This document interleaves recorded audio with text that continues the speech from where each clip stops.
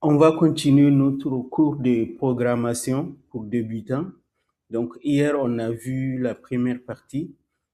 Donc, on va tout tester dans le navigateur. Donc, la première partie, c'était l'affichage d'un message. Donc, là, quand on exécute, là, il y a le résultat. Donc, voilà, la vidéo précédente, en tout cas, on avait expliqué donc comment fonctionne la méthode WriteLine.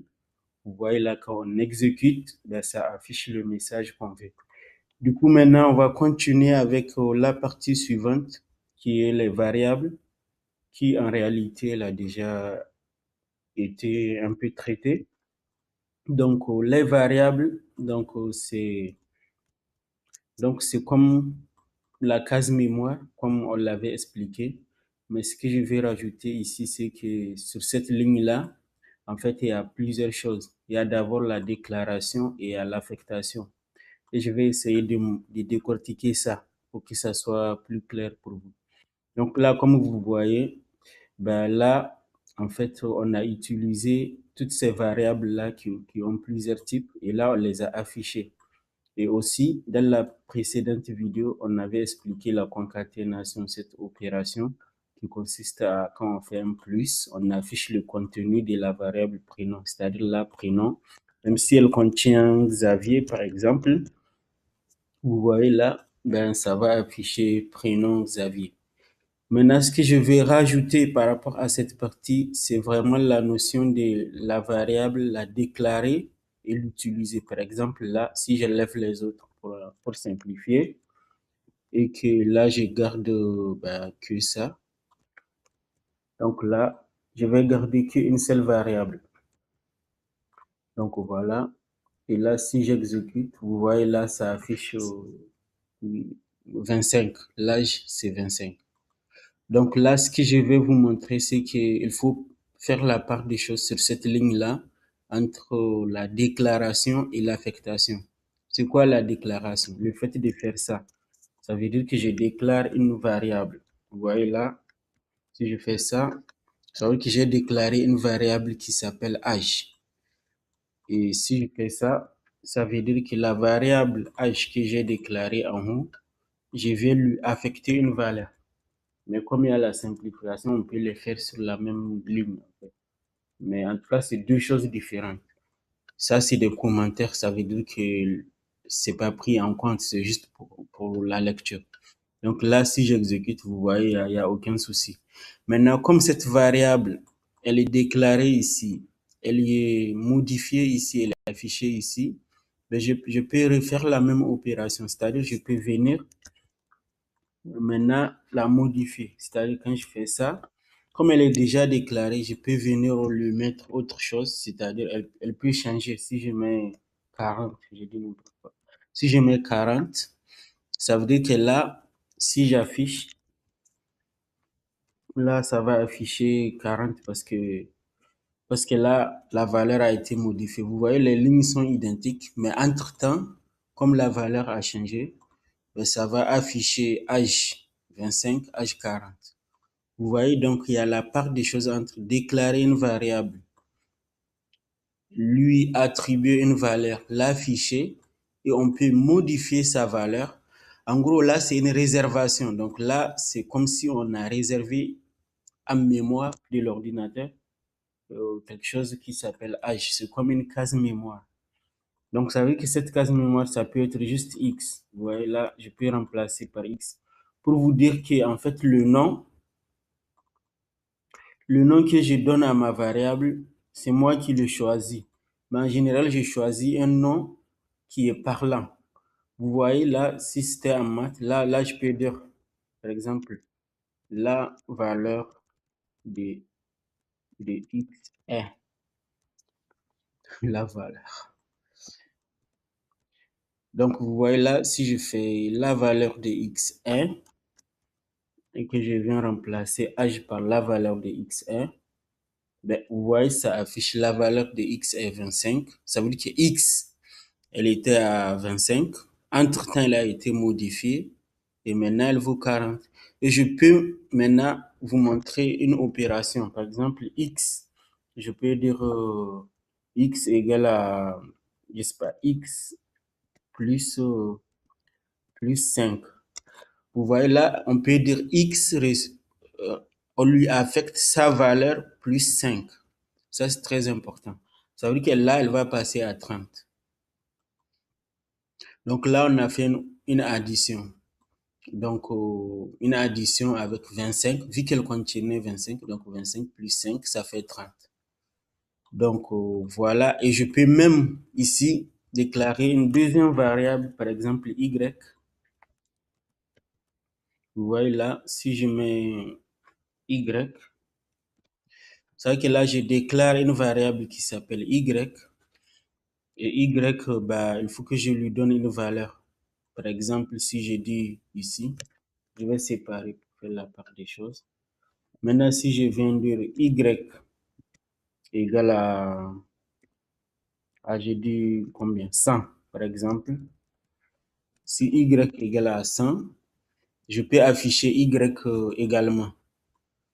Pourquoi ça me fait ça? Bah, ça, c'est le truc de programmation. Ça fait de... Pourquoi ça fait ça? X, Y.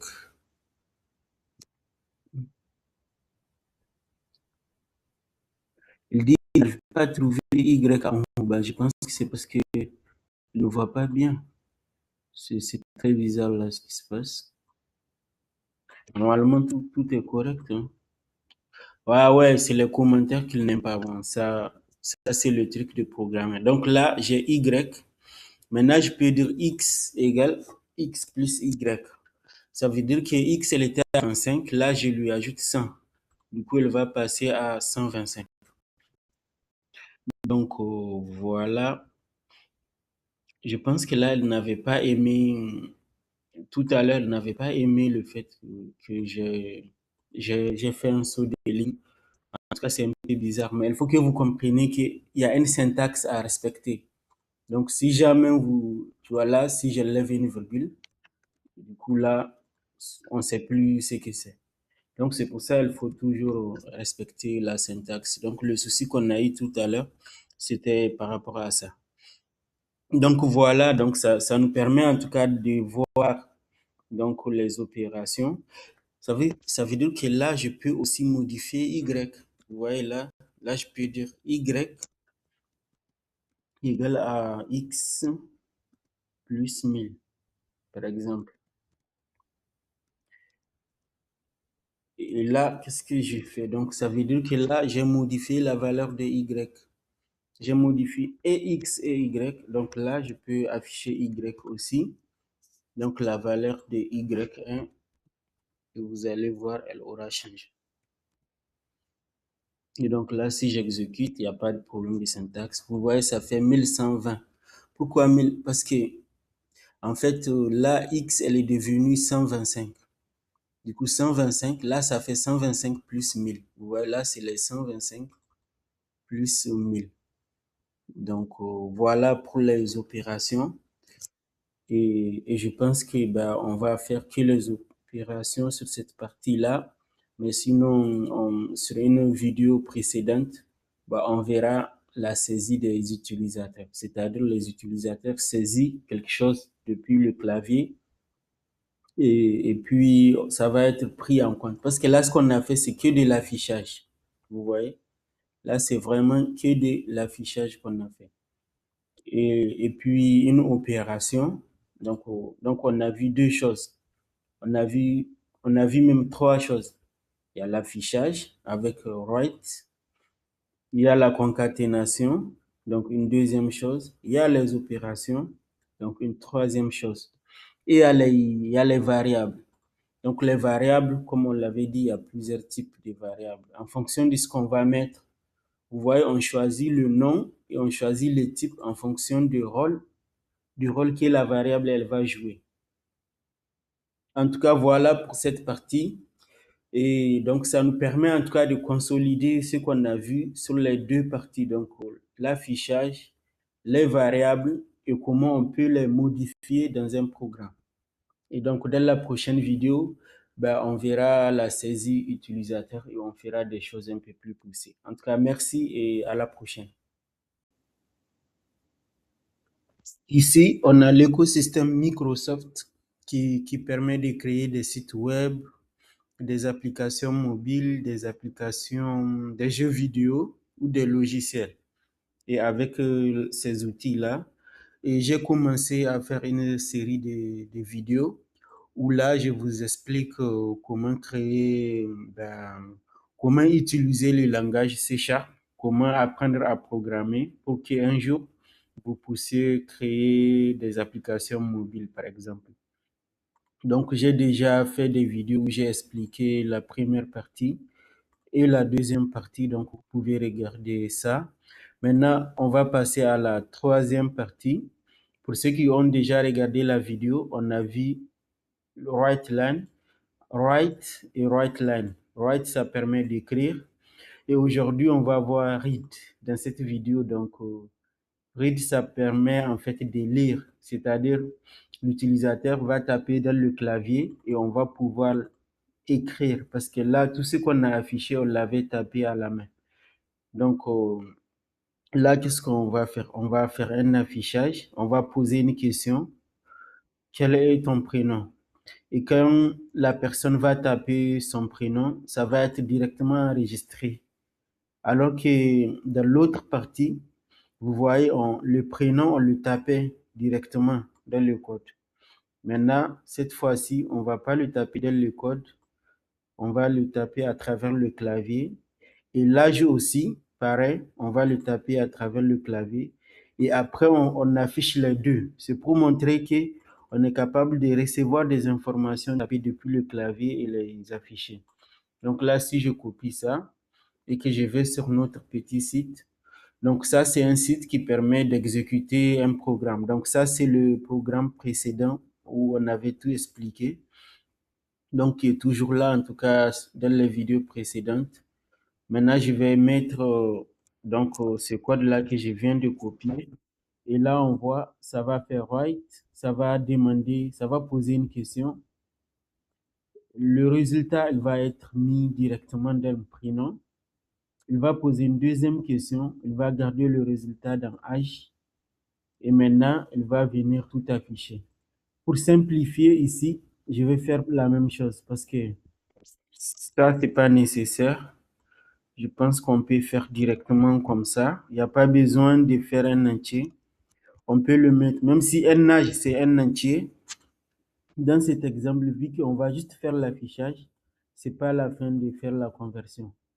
Donc là, si j'exécute, donc là, le programme il est en train de s'exécuter, le résultat est en train de sortir ici. On va voir, on est en train de voir qu'il y a écrit quel est ton prénom. Donc là, si je tape le prénom, il va venir le sauvegarder ici. Là, si je mets Lucie, par exemple, vous voyez Lucie, il va le sauvegarder dans cette variable qui s'appelle prénom. Ah, j'ai tapé au mauvais endroit. Donc, je suis ici, je fais entrer. Ça veut que là, le programme dans son cerveau, il a gardé Lucie en mémoire. Et là, elle pose une deuxième question. Quel âge as-tu? Là, si je mets, je sais pas, 26 ans, par exemple, si je fais entrer, et là, elle affiche la phrase, Salut Lucie, tu as 26 ans. Ça veut dire que là, elle est venue faire la concaténation. Tout ça, c'est des choses qu'on a vu dans les précédentes vidéos. Maintenant, ça, on va aller l'exécuter dans un vrai programme parce que là, en fait, on se sert des navigateurs où là, il nous permet d'écrire un programme et de l'exécuter, mais on peut créer un vrai programme qui va venir faire tout ça. Comme ça, on va voir les outils qui permettent de créer des programmes. Donc ça, c'est un truc qu'on appelle Visual Studio. Et du coup, là, on va basculer dans Visual Studio et on va exécuter ça.